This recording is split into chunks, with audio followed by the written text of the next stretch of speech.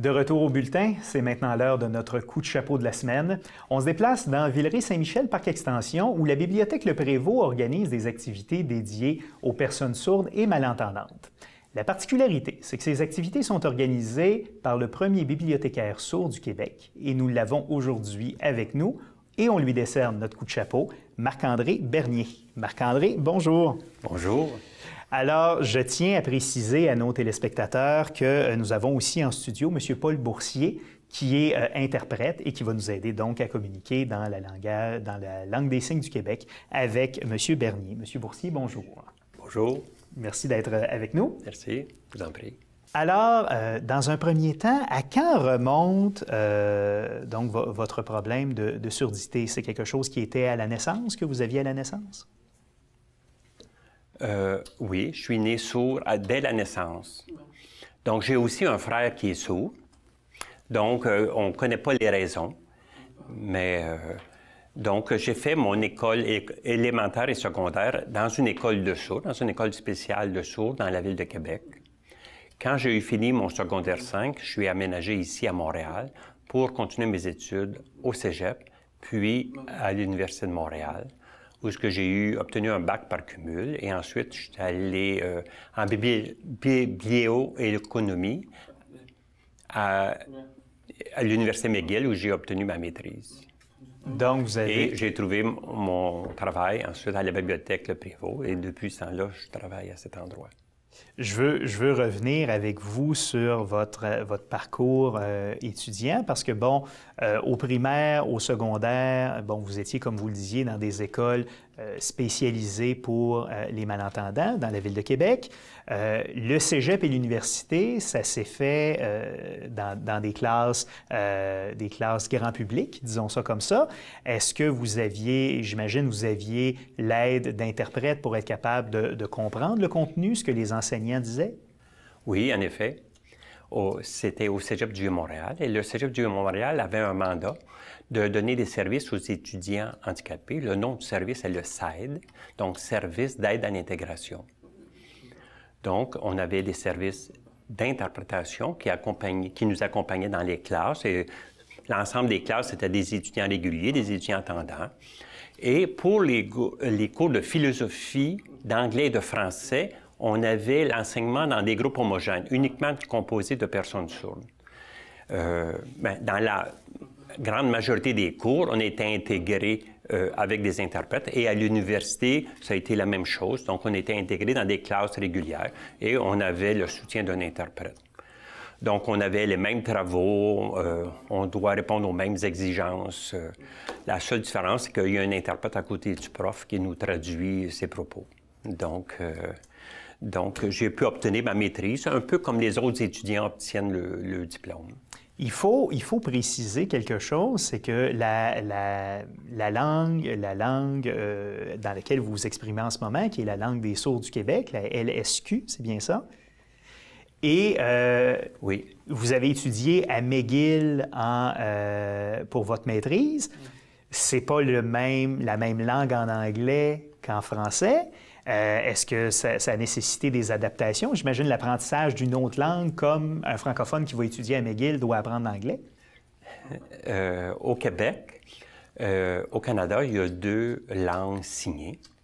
Il y a la langue des signes québécois pour les sourds de la communauté francophone, donc qui est utilisée en Ontario, dans certaines provinces maritimes. Et il y a aussi, pour la langue anglaise, c'est l'American Sign Language. Qui est utilisé par la communauté des sourds anglophones. Donc, j'avais appris, moi, l'ASL, déjà, l'American Sign Language, par rapport à mon travail. J'avais appris ça avant mes études. Donc, quand je suis arrivé à McGill, donc, lorsque j'ai terminé mon bac à l'Université de Montréal, je suis allé à McGill et fallu, effectivement, je perfectionne mon anglais d'abord. Puis, j'ai utilisé un interprète en American Sign Language. Et qu'est-ce qui vous a amené à vouloir être bibliothécaire? Bien, au début, ça n'a pas été mon projet de carrière. C'est un peu des incidents de parcours, parfois, qui fait qu'on rencontre des situations qui fait qu'on chemine. Au début,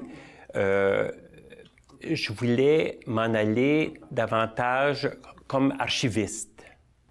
Donc, c'était mon but. Mais au niveau des chances de trouver un travail, c'est plus difficile. Donc, par des recherches personnelles, je me suis intéressé au poste de bibliothécaire. Et je voyais qu'il y avait souvent des postes de bibliothécaire qui étaient affichés. Donc, j'ai fait des études et j'ai vu qu'il y avait un poste de bibliothécaire qui était affiché pour la bibliothèque Le Prévost, dans laquelle il demandait quelqu'un qui avait des compétences en langue des signes. Donc, j'ai posé ma candidature et c'est de même que je suis devenu bibliothécaire. Racontez-nous comment l'entrevue s'est passée, dans le fond, l'entrevue d'embauche. Donc, j'ai envoyé mon CV. Donc, j'ai dit que j'avais une connaissance de la langue des signes. Donc, lorsque je suis arrivé en entrevue, j'étais accompagné d'un interprète. Donc, le patron, qui est le chef de section, ne savait pas que j'étais sourd parce que je ne l'avais pas indiqué dans mon CV. Donc, lorsqu'elle a vu que j'arrivais avec un interprète, elle a compris que j'étais sourd. Donc, on a procédé à l'entrevue. Et finalement, c'est moi qui ai obtenu l'emploi. Et j'y travaille depuis le mois de juillet 2013. Qu'est-ce qui avait amené la bibliothèque Le Prévost à vouloir embaucher quelqu'un? Parce qu'au départ, c'était pas nécessairement une personne sourde ou malentendante, c'était avant tout un bibliothécaire qui connaissait la LSQ. Qu'est-ce qui les a poussés à embaucher un bibliothécaire qui maîtrisait cette langue-là?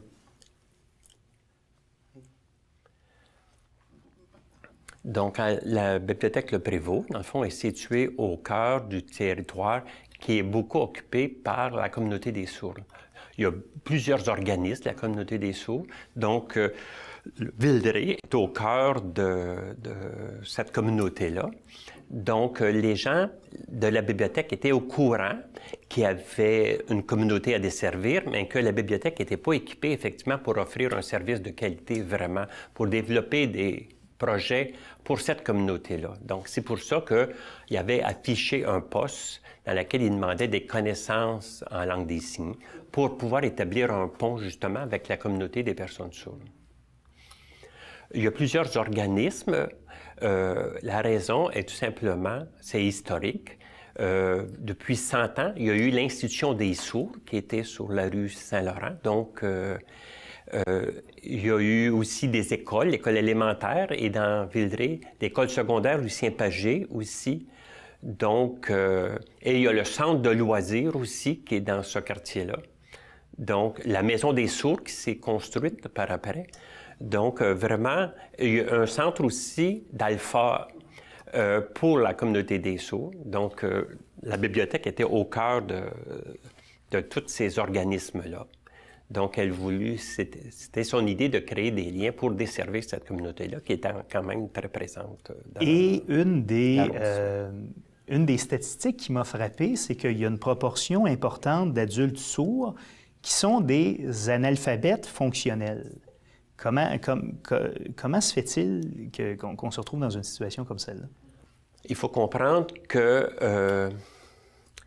le français est pour eux une deuxième langue. Donc un peu comme les immigrants, lorsqu'ils arrivent au pays, certains peuvent maîtriser bien la langue de leur pays qui les accueille, d'autres moins. Donc, pour les sourds, effectivement, c'est une langue seconde. La langue première est la langue des signes québécoise. C'est avec cette langue-là qu'ils communiquent entre eux, qui échangent l'information. Et le français est une langue seconde. Donc, pour certains, ils ont une maîtrise plus ou moins difficile. À la bibliothèque, on encourage effectivement la lecture.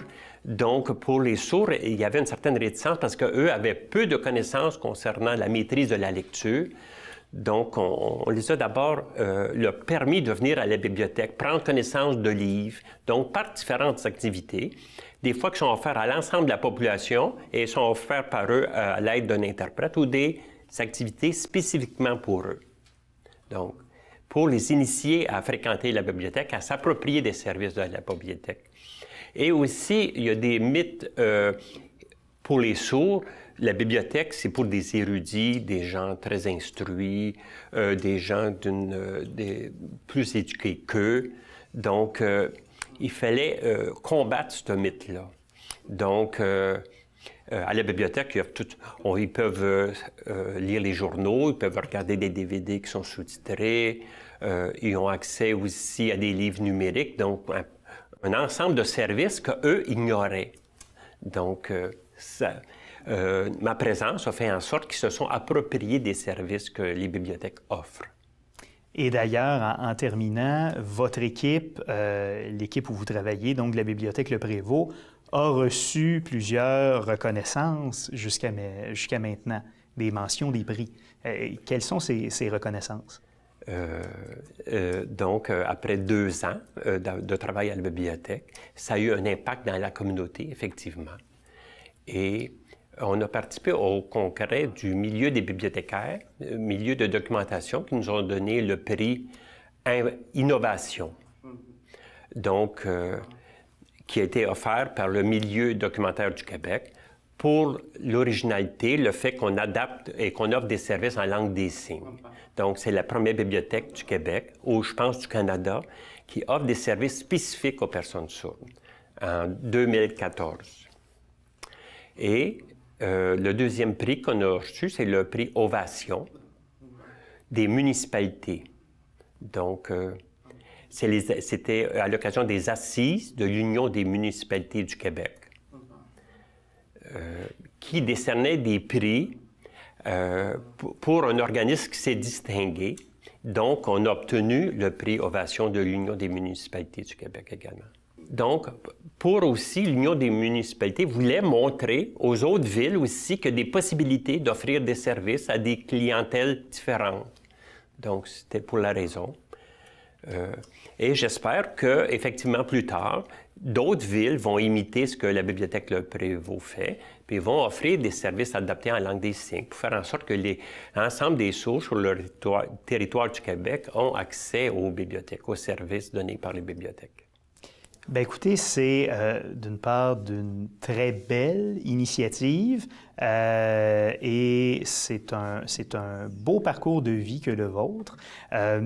Je veux évidemment remercier votre interprète, Paul Boursier, qui était avec nous aujourd'hui. Merci, M. Boursier. Ça a été un plaisir. Et M. Bernier, voilà, je veux vous dire félicitations et merci beaucoup d'avoir été avec nous. Bienvenue, ça m'a fait plaisir.